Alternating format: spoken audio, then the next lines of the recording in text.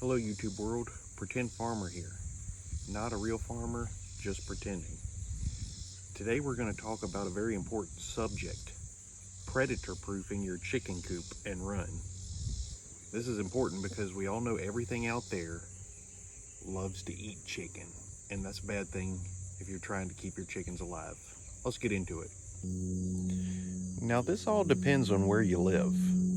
Reason being, if you're in Alaska or Canada or someplace where you've got grizzly bears that are possibly going to come into your property, this little bungee strap here that I've got on the door for my chicken run, that's not going to cut it.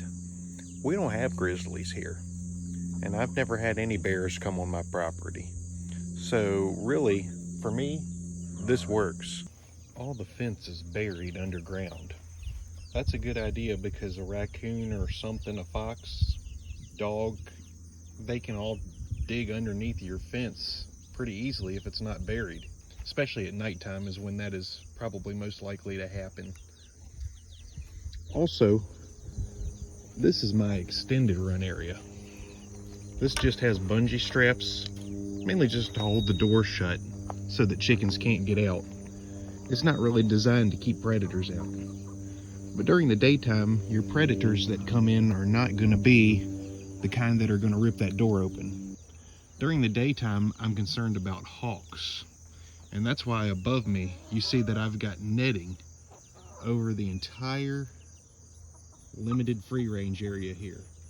So this area is fenced in all the way around, and above me, it's completely enclosed in netting so that nothing can swoop down and get in here during the day.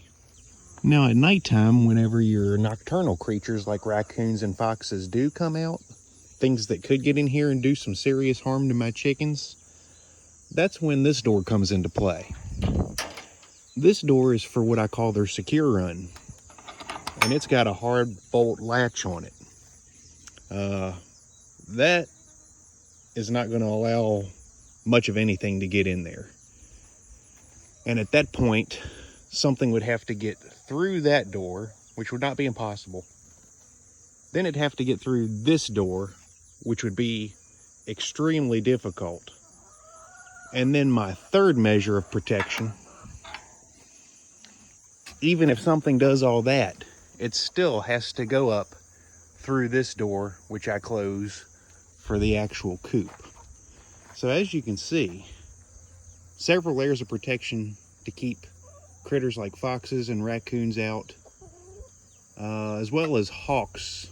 The door that I would go into to clean out the coop has a good latch on it, and that's a very heavyweight door that's easy for me to get into, but not so easy for an animal.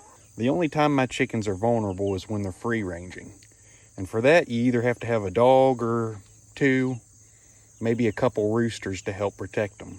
And even then, don't be surprised if you lose a chicken or two to a hawk attack. Unfortunately, we had a hawk come in and I believe have one of my little ones for a snack the other day. So we are down a chicken now.